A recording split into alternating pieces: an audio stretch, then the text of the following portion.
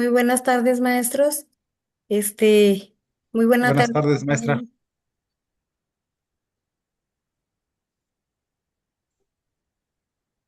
compañera. Muy buena tarde, compañera Wendy. Buenas tardes, maestra. Buenas tardes, maestro Rubén. Bueno, pues bienvenidos a este episodio más de sobre la modernización educativa. Quiero mencionar que nosotros somos estudiantes del doctorado en Ciencias de la Pedagogía del Instituto Nacional de Ciencias y Tecnologías de Guanajuato. Y en esta ocasión, pues les damos la bienvenida a este nuevo episodio sobre donde analizaremos a fondo lo que es el sistema educativo mexicano, centrándonos en el Acuerdo Nacional para la Modernización de la Educación Básica, sus tensiones políticas que lo rodearon, así como el impacto hasta la actualidad con la nueva escuela mexicana. Hoy, pues no solo revisaremos los hechos históricos, sino que también reflexionaremos sobre las desigualdades educativas y su impacto en el campo laboral. Así es, abordaremos este tema, maestra, como usted lo dice, desde una perspectiva crítica, retomando aportaciones académicas importantes y claves, como en el caso de Margarita Zorrilla, quien, como ya ella lo señala, el sistema educativo debe entenderse como un entramado muy complejo de actores, de intereses y procesos. Y también platicaremos algo muy importante, cómo las ideas de equidad eh, se han perseguido durante décadas. Es decir, desde la creación de la SEP en la década de los 20 con José Vasconcelos. Sin embargo, pues se ve lejos todavía el horizonte de la equidad. No se ha conseguido, no se ha logrado ese anhelo. Como dicen por ahí, falta terreno por caminar.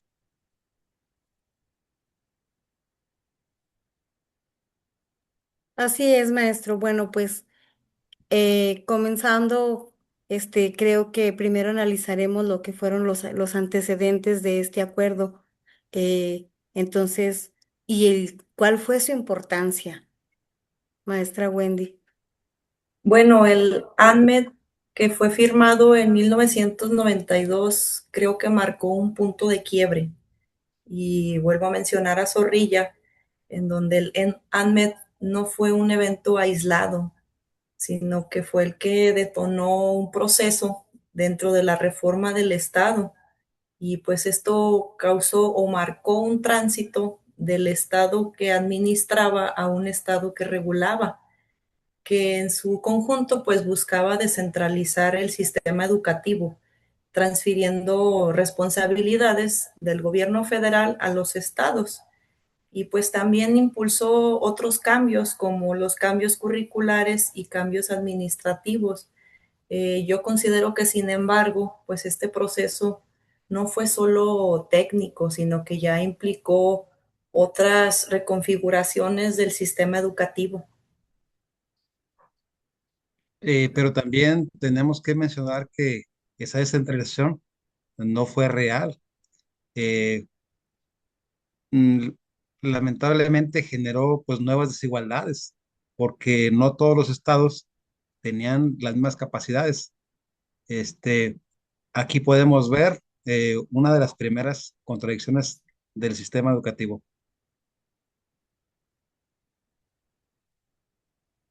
Así es, creo que tocamos puntos muy importantes y esto pues generó grandes tensiones en el poder, en el poder tanto en la Secretaría de Educación Pública y en el Sindicato Nacional de los Trabajadores.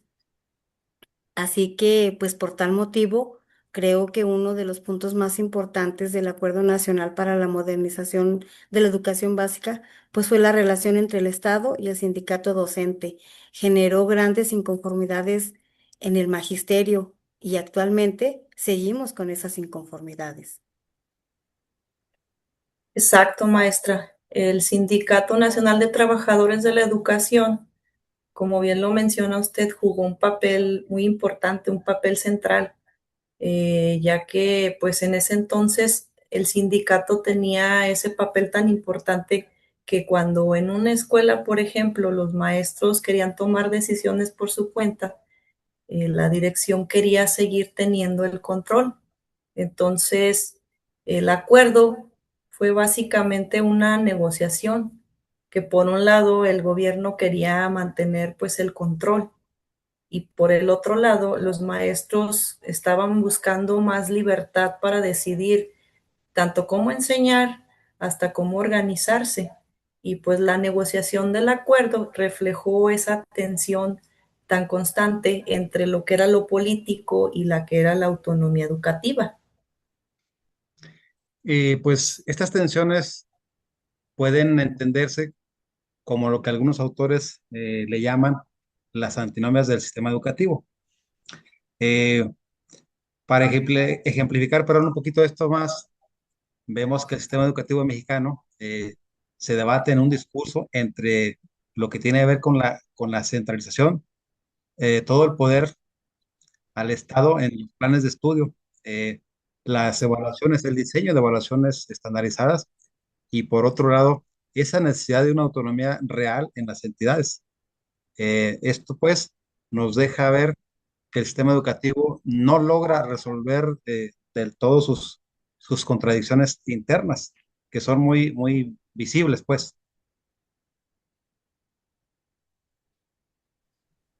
Y creo que estas tensiones siguen estando presentes en la actualidad. Lo vemos reflejado ahorita en lo que son los paros nacionales a los que estamos siendo convocados, siendo que pues sigue siendo estas tensiones, las desigualdades educativas siguen estando presentes, la inconformidad docente, la profesionalización no ha llegado del todo a a todos los lugares, a todos los rincones de México. Así es, y considero también que otro punto muy importante que fue la equidad dentro o participado como objetivo del ANMED eh, para la modernización. ¿A qué creen que se referían realmente con eso, en ese contexto? ¿Cómo era considerada la equidad entonces? Bueno, creo que la equidad, bueno, era entendida como esa posibilidad eh, de ofrecer la educación a toda la población. Eh, es decir, que todos tuvieran acceso. Eh, Según esto, se pretendía reducir esas brechas en, en todos los lugares muy apartados. Sin embargo, en la práctica esto fue limitado. Por ejemplo, en los noventas, cuando arranca la ADMED, yo recuerdo que también CONAFE, que sigue vigente, pues mandaban a instructores comunitarios a las comunidades muy retiradas, que eran estudiantes de secundaria y preparatoria capacitados, y no necesariamente eh, se daba el término equidad en sus letras como tal. Exacto, así fue. Es que aunque se buscaba la igualdad de acceso, generando varios programas, aparte de CONAFE, también se hablaba de los auxiliares comunitarios, que eran personas capacitadas para ayudar en todos los rincones de México donde no podía llegar CONAFE, ni tampoco podía llegar un maestro titulado. Se ponían a personas en las comunidades que les impartían educación sin tener los conocimientos básicos. Por lo tanto, pues se daba se daba la apertura, se ofrecía el servicio, pero no se ofrecía con calidad, no se garantizaba una igualdad de condiciones, como se señala en los análisis. Además, las políticas educativas, pues han intentado compensar desigualdades, pero muchas veces terminan reproduciéndolas. Yo considero que esto de hablar de equidad pues es fundamental. No se trata únicamente de que todos puedan entrar, sino también pues de que reciban buena educación, de que continúen estudiando y además que logren buenos resultados. Por ejemplo, no basta con que un niño tenga un lugar en la escuela si no puede contar con libros, materiales, o maestros bien preparados. Tampoco sirve de mucho si tiene que abandonar sus estudios por falta de recursos de su familia o porque necesita ir a trabajar. Y además, pues la equidad implica que lo que aprenda realmente le sirva para algo, como desarrollar habilidades de lectura, en matemáticas, pensamiento crítico, todas estas habilidades pues que le permitan avanzar en la vida y sobre todo ser alguien provechoso en la sociedad. Ahora, ¿qué les parece si hablamos de las desigualdades actuales? Eh, ¿Qué tanto han cambiado las cosas desde el inicio de la SEP, después pasando a las MEP y hasta la actualidad, en 2026? ¿Qué tanto han cambiado las cosas? Bueno, pues yo creo que han cambiado muy poco.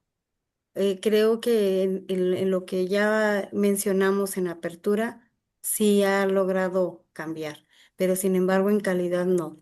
Creo que el sistema educativo presenta grandes brechas, entre ellas, entre brechas entre las zonas urbanas y las zonas rurales, entre escuelas públicas y escuelas privadas, y además entre los distintos grupos sociales. Creo que esas brechas siguen palpables. Y yo también considero que esto ocurre, maestra, porque la escuela no solo da acceso a un título, sino también a las habilidades concretas que necesita un ser humano. Por ejemplo, una persona que no tuvo una buena formación de lectura, de escritura o matemáticas puede tener más dificultades para continuar estudiando o hasta para desempeñarse en trabajos mejor pagados. En cambio, quienes ya reciben una educación más completa, pues suelen desarrollar habilidades como pensamiento crítico, el manejo de la tecnología o la comunicación, que hoy en día pues son muy valoradas.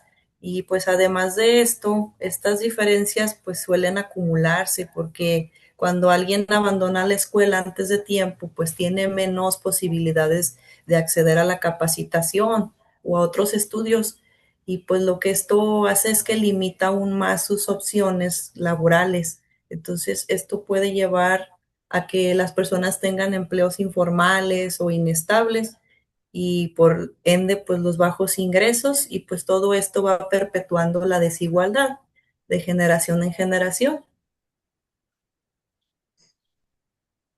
Y como lo menciona la compañera, pues bueno, aquí se refleja otra antinomia.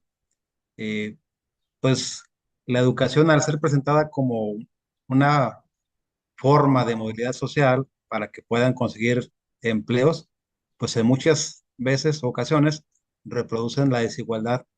Este, dirán los políticos, no existe piso parejo, pues, entre las diferencias de escuelas urbanas, con las de los ranchitos, las más retiradas.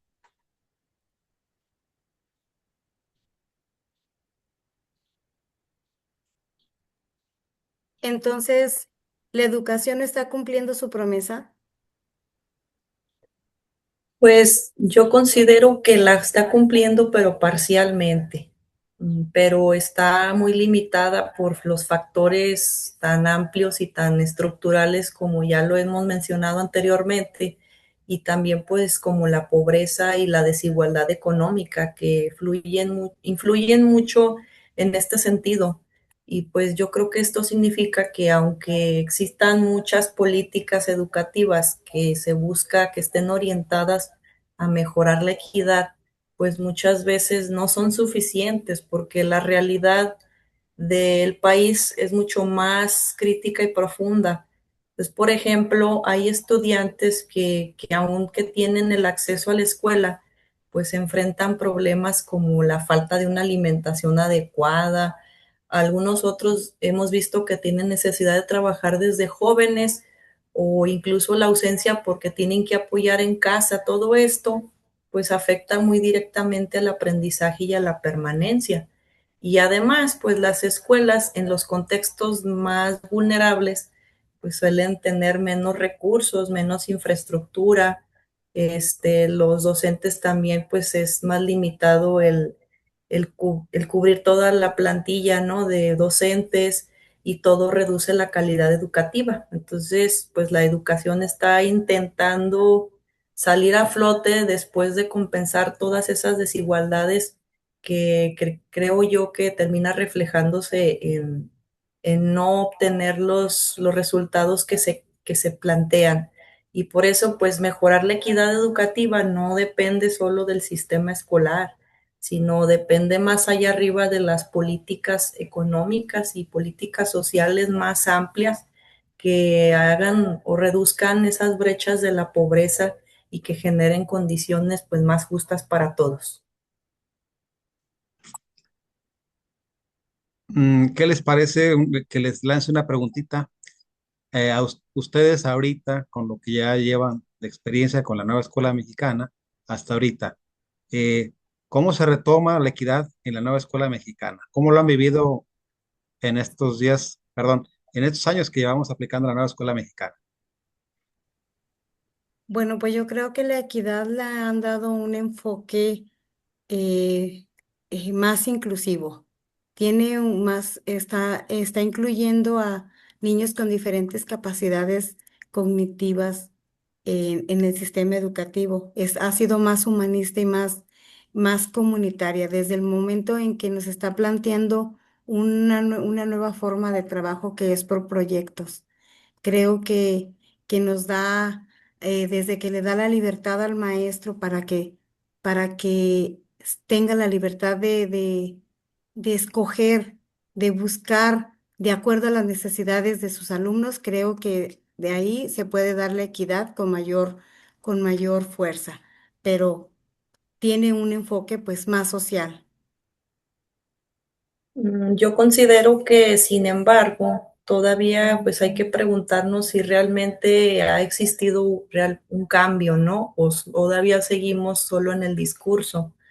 Porque sí, por un lado, pues la nueva escuela mexicana nos introduce cambios importantes, como lo menciona la maestra, como el enfoque que le pone un poco más de énfasis en la comunidad, la inclusión, la diversidad cultural y la formación humanista, pero sin embargo, cuando se observa ya su implementación, pues muchos de los problemas siguen estando presentes porque todavía continuamos de nuevo con la desigualdad entre las escuelas, la falta de recursos, las condiciones laborales docentes y las brechas sociales y que todo esto pues influye directamente en el aprendizaje y considero yo que estos factores no cambian solo con un nuevo modelo educativo y por eso pues podría decirse que si hay un avance en el discurso y en la orientación pedagógica, pero realmente el cambio importante que es el estructural pues va más lento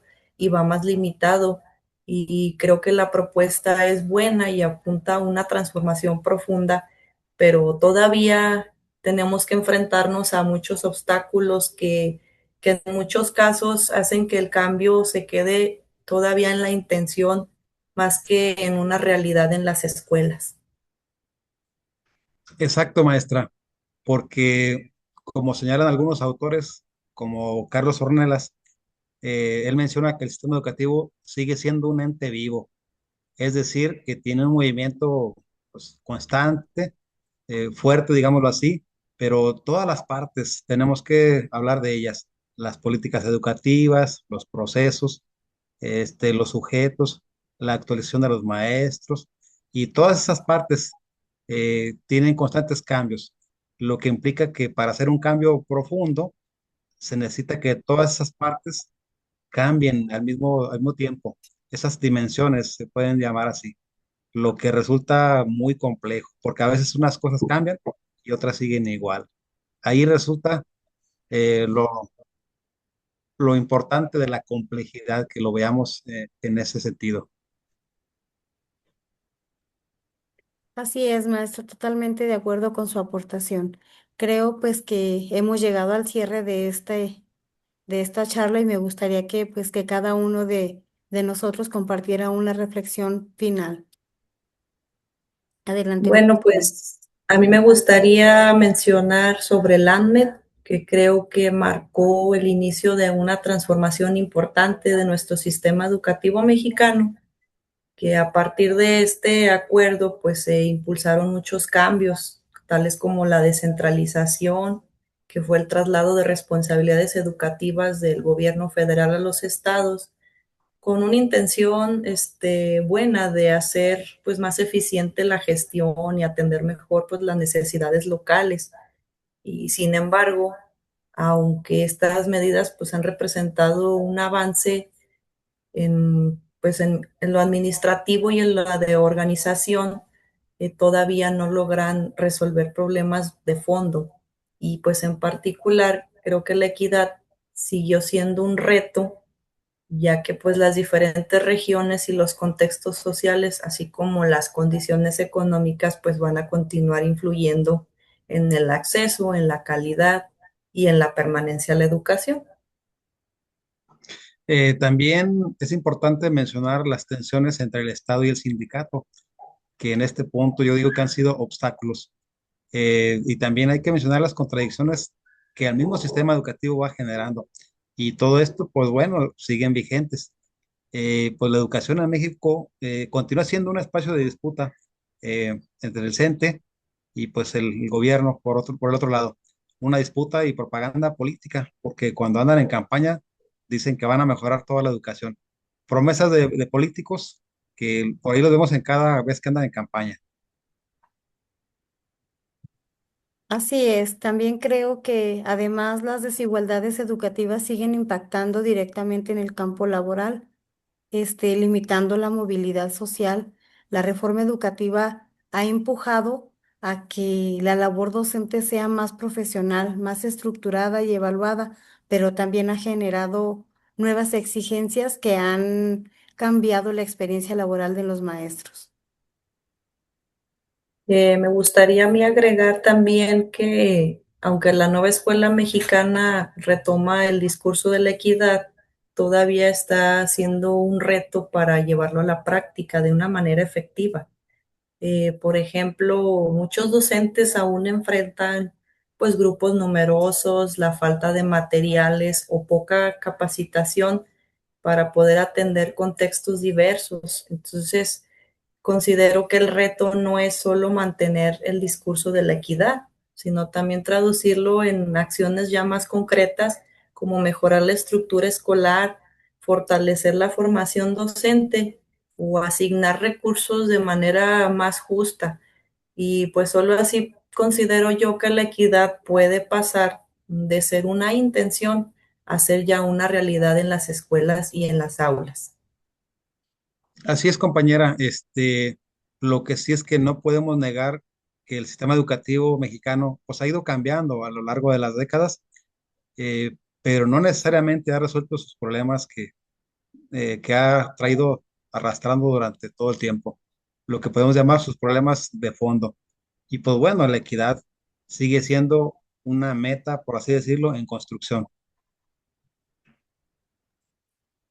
Así es, creo que resuelve algunos problemas, pero surgen nuevos, con con las sociedades cambiantes y la implementación de nuevas tecnologías, creo que van surgiendo nuevos retos y creo que aún estamos muy lejos de tener esta equidad.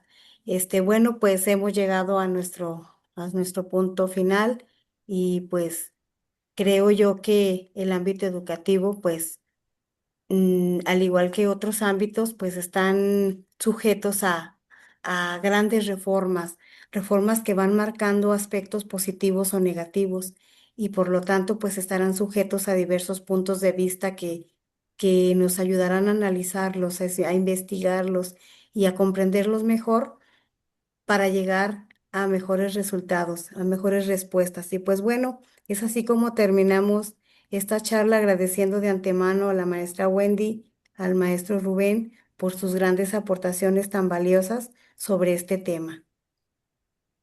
Pues muchas gracias, maestra, muchas gracias, maestro Rubén, y un placer haber estado en esta charla con ustedes. Muchas gracias, maestra Marta, maestra Wendy, pues muy bonita plática. Nos vemos en la próxima. Hasta luego, adiós. Gracias, compañeros. Hasta luego. Bonita Hasta tarde. la próxima.